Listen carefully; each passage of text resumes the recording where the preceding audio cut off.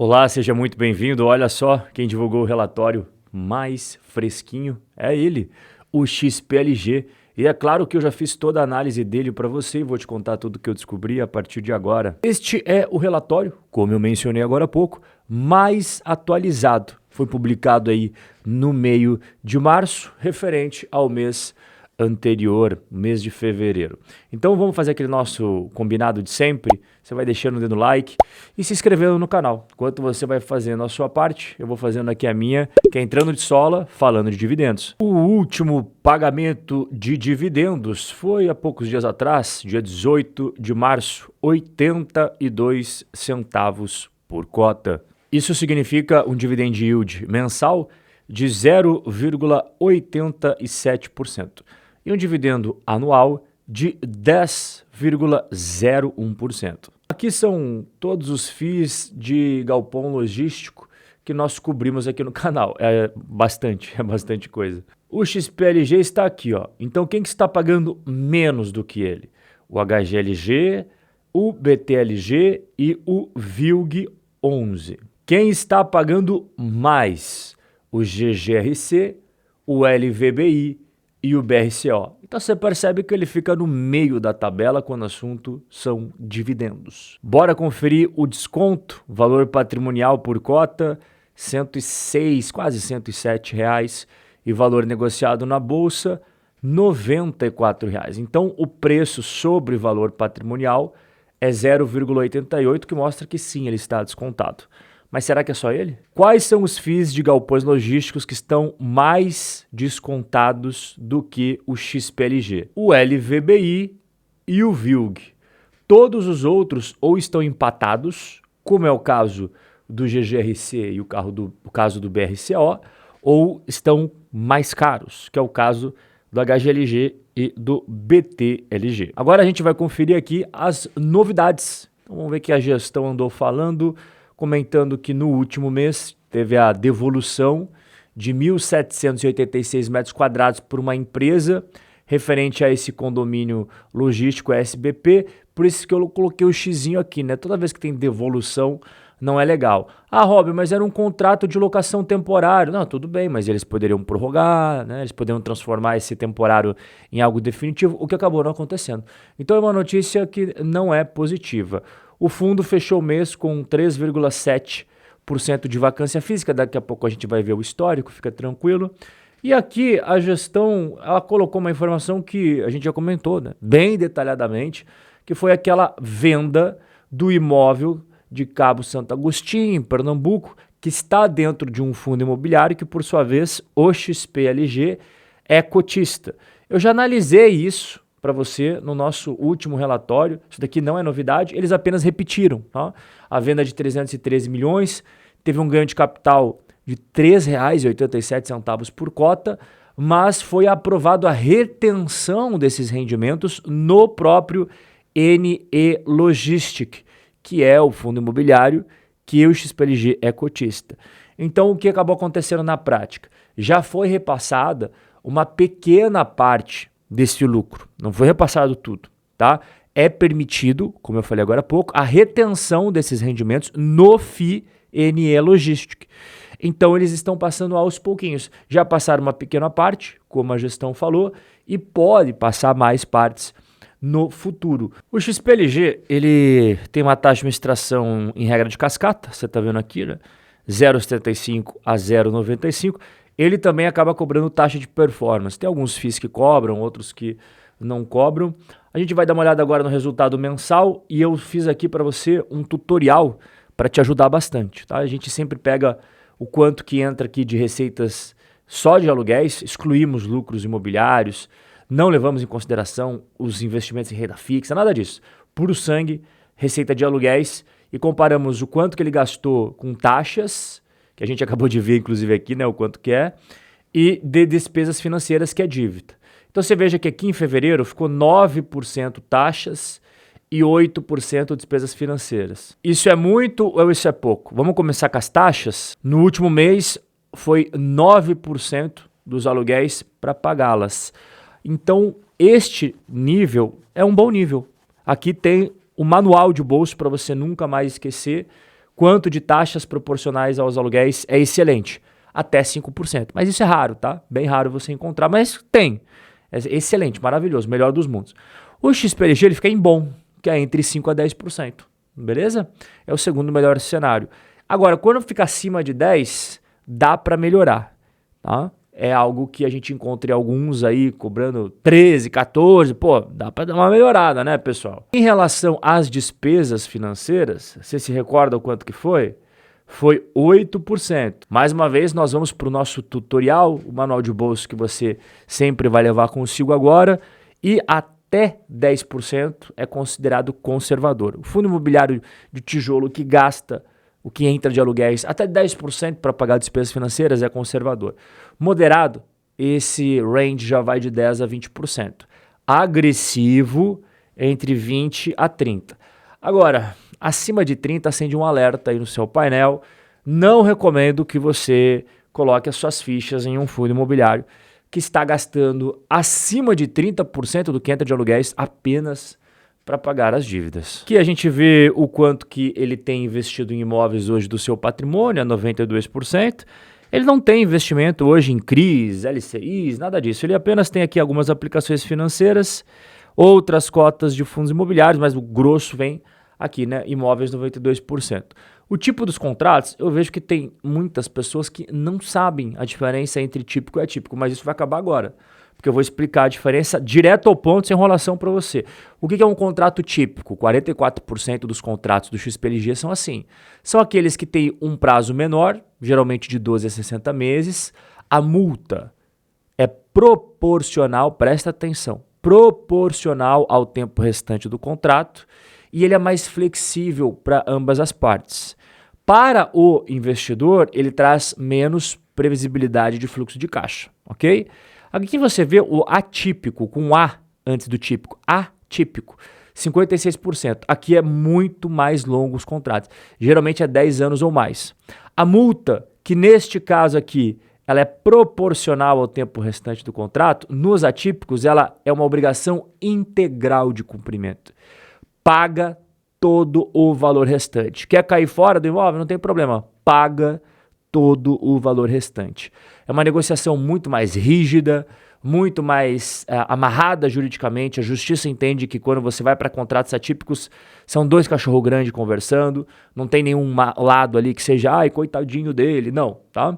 E aqui o lado bom para o cotista é que ele é mais estável e previsível em relação ao fluxo de caixa que entra. Então essa é a grande diferença entre contratos típicos e atípicos, e agora você vai tirar de letra toda vez que você vê essa terminologia nos relatórios de FIIs aí. Quem são os inquilinos? Nós temos a Leroy Merlin, Via Varejo, Renner, Mercado Livre, B2W, Mobile. Você conhece todas essas empresas, né? Todas elas são muito famosas. Aqui embaixo eu fiz mais uma explicaçãozinha para você. Eu sempre gosto de explicar tudo para você ir aprendendo. Isso é fundamental, cara, para você se tornar um grande investidor. Então, qual que é a diferença entre revisional, que você está vendo aqui o gráfico, e reajuste, que outros chamam de atualização, mas é a mesma coisa. O reajuste ou atualização, ele é automático. Está previsto no contrato, acontece a cada ano. Você vai corrigir o contrato pela inflação, usando IGPM, usando IPCA. Não precisa entrar com processo, não precisa de juiz, não precisa de nada. Está escrito no contrato, vai acontecer o reajuste. Então, é o normal os contratos sempre serem reajustados pela inflação, mas também tem uma possibilidade de eles serem revistos. E aí você não está só corrigindo pela inflação, você está revendo o preço que é cobrado. Isso é revisional. Ela não é automática, ela exige uma solicitação. Tá? Geralmente os caras fazem uma ação judicial ou podem negociar se os dois lados quiserem trocar uma ideia mais de boa, mas pode parar no judiciário isso daqui. Tá? E ela não pode ser feita todo ano, ela pode ser feita a cada 3 anos. E qual que é o objetivo? É adequar o valor de mercado. Ok?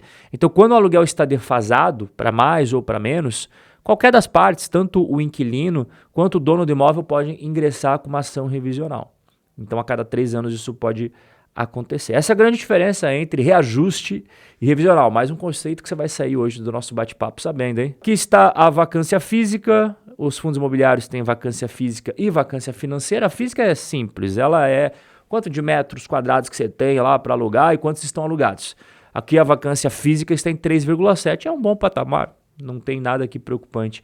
A vacância financeira é o quanto você poderia ganhar cheio, estourado, se o mundo fosse perfeito, e o quanto que você ganha no mundo real com espaços vagos, né, que é a vacância física, somando carências, descontos, inadimplências, isso é vacância financeira. Raio-X, ele está hoje com 175 módulos anexos performados, em 18 condomínios logísticos, 70 inquilinos e uma inadimplência de 1,3. Lembra que eu acabei de explicar agora há pouco sobre a vacância física e financeira? Ó? No caso dele, elas estão no mesmo nível, no mesmo patamar. Tem fundos imobiliários que a gente vê diferença, né? Entre vacância física e financeira. Aqui não, aqui está igual, 3,7 para ambas. Agora nós vamos para a dívida, alavancagem. O que eu fiz? Ele protocolou agora há pouco, dia 17 de março, o seu último informe mensal estruturado na CVM. E o que eu fiz aqui? Peguei ativos, passivos, patrimônio líquido e fiz aqueles 3 indicadores, 3 índices fundamentais para o investidor inteligente. Endividamento, checkzinho verde, muito bom esse índice. Alavancagem, 1,13 vezes, muito bom também. E solvência geral, 8,5 vezes. Olha, esses números aqui de estrutura de capital, pode botar a cabeça à noite no travesseiro e dormir tranquilo que eles estão muito bons, mas não para por aí. A gente faz mais o quê? Bom, você que é faixa preta aqui do canal já sabe, né? Pegamos todos os ativos líquidos, com mais liquidez no caso, né? Que tem mais facilidade de transformar em dinheiro e comparamos com os passivos para a gente chegar a mais um índice. Então aqui em caixa ele está com 11 milhões e pouco, renda fixa mais de 200 milhões de reais, FIIs 629 milha e outros valores a receber 55 milhões. Somando tudo dá quanto? 905 milhões de reais. Beleza, essa é a parte boa. Agora vamos para a parte meio chatinha, que é o quanto que ele tem que pagar de parcelas, tá aqui, o quanto que ele tem que pagar de CRIs e outros valores a pagar não especificados no valor de quase 200 milhões de reais. Soma tudo, 411. Então você percebe que o que está dentro do verdinho, ele é muito superior ao que está dentro do vermelhinho, né? Pois é. Esse é o índice de cobertura de obrigações, 2,2 vezes. É um índice muito bom. Então ele toma checkzinho em toda a estrutura de capital. E para finalizar a alavancagem, endividamento, aqui é o cronograma de desembolso. Então você vê que ele tem aqui alguns valores a pagar. Ó, isso daqui é que vai sair de dinheiro, menos 43, menos 130. Isso daqui é o que vai entrar. Então tudo que está com negativo sai esse ano.